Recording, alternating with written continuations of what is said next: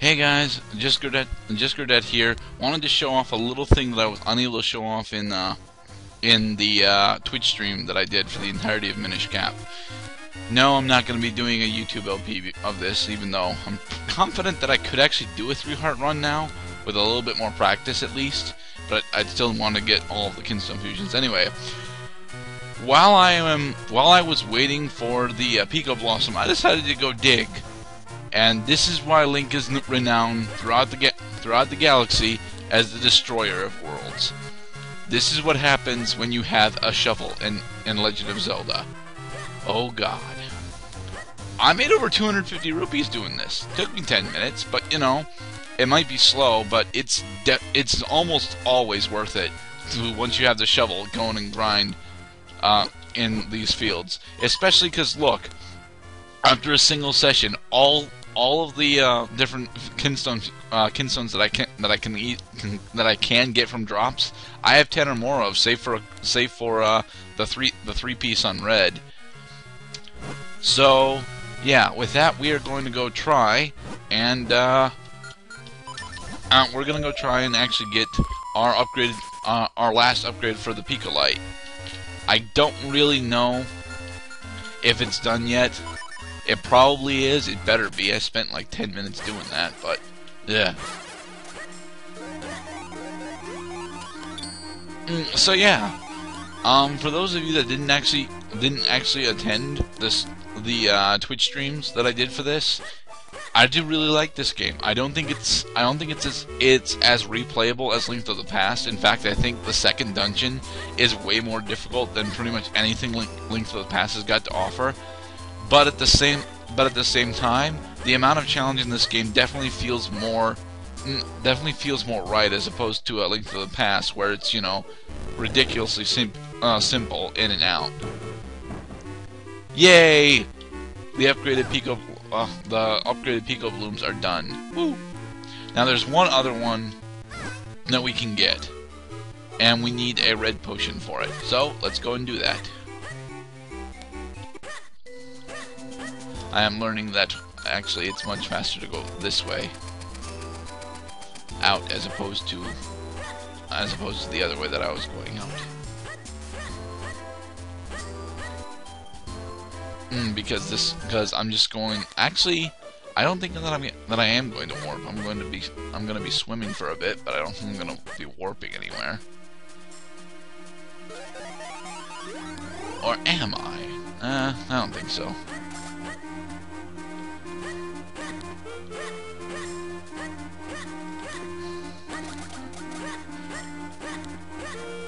Oh, do I seriously have to? I had to exit out the other way.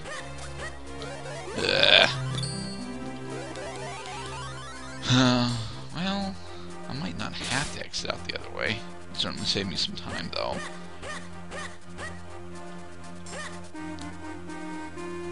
Or wait, yeah, this is just that mini dungeon area.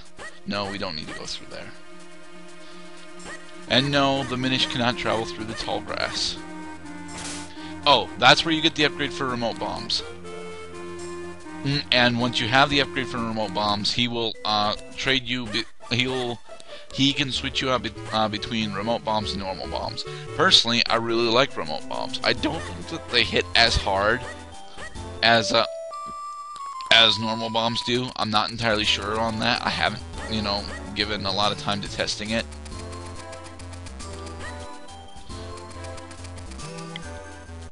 But you know, remote bombs are awesome. I use them quite effectively during the real boss fight at the end of the game of the 3 Dark Nuts. I hate that fight. I hate that fight. I have lost so many times at that particular fight, and this was actually the first time I've ever considered using the remote bombs there. And I was like, well, they might do something, right? So I used them, and voila, bombs actually stun the Dark Nuts. I did not know that they did that before this attempt. You learn something new about Zelda almost every day.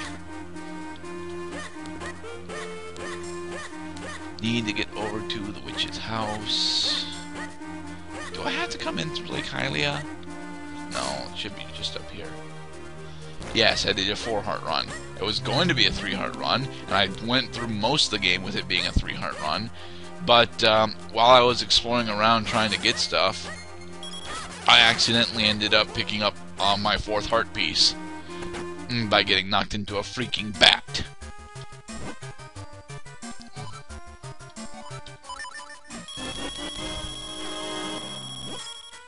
Yay, red potion.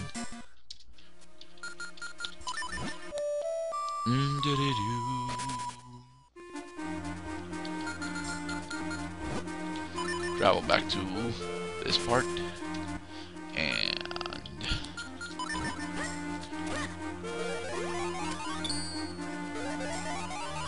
now the game really does open up once you get the flippers, because the flippers also power up your Minish, so your Minish form, so you can survive in water, but not in swamps. I don't understand that. Why can I not survive in swamps?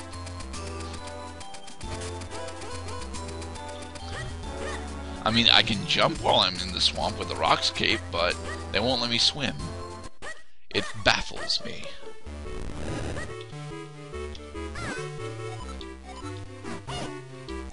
Yes, I did bring it for you. And I think that once this is done, it'll actually turn into the purple Picolite. Now, what does the Picolite do? Well, another thing that I didn't actually show off was, unfortunately, I did not show off the one of the merchants that I never remember to unlock. Early on in the game, after you get the Gust Jar, you are allowed to clean off a particular stand. This stand is where Beetle shows up if you've actually cleaned it off. And Beetle, right out the gate, sells 3 different types of Picolite. White, red, and I forget what the other one is.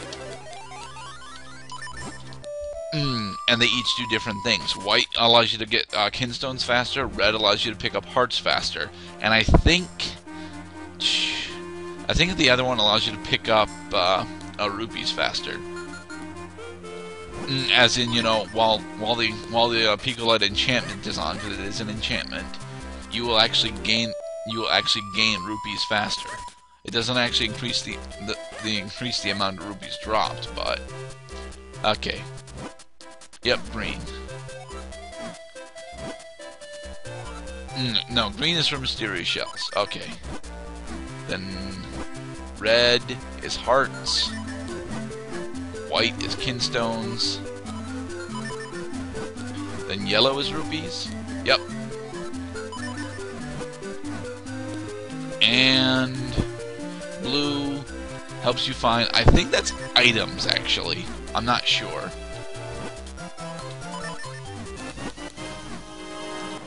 Alright. There's also one major thing that I didn't actually finish collecting. And that's because, well, I don't have enough hearts to get the Great Spin Attack. If I had enough hearts to get the Great Spin Attack, then what I would do is, you know, just go out, get enough hearts, get the Great Spin Attack, and then get the last 2 issues of the Swordsman's Newsletter.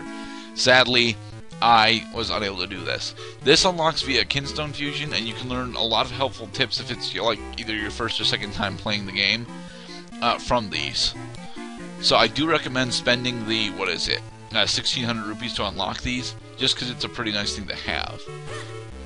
And before we end, there is one other thing that I didn't actually show off that much.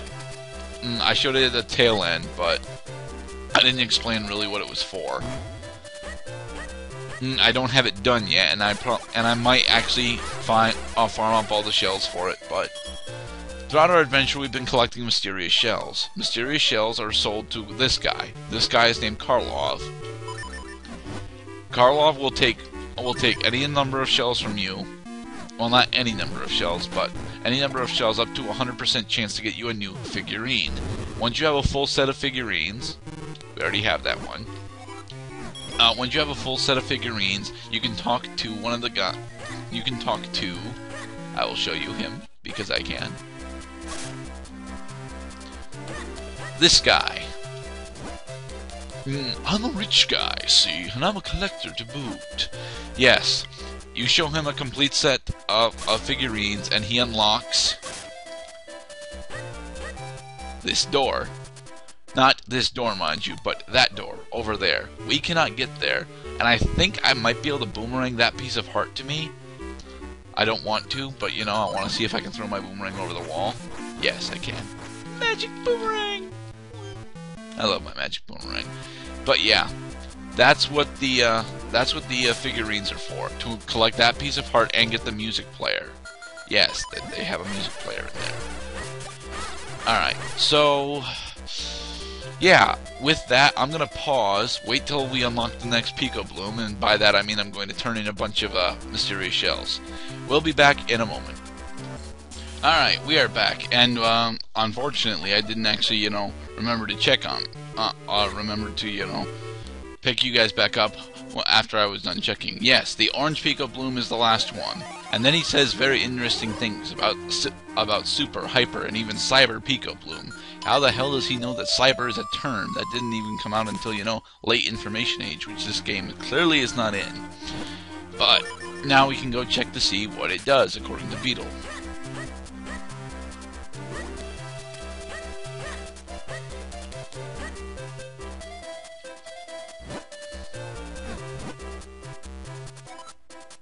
Helps you find fairies everywhere.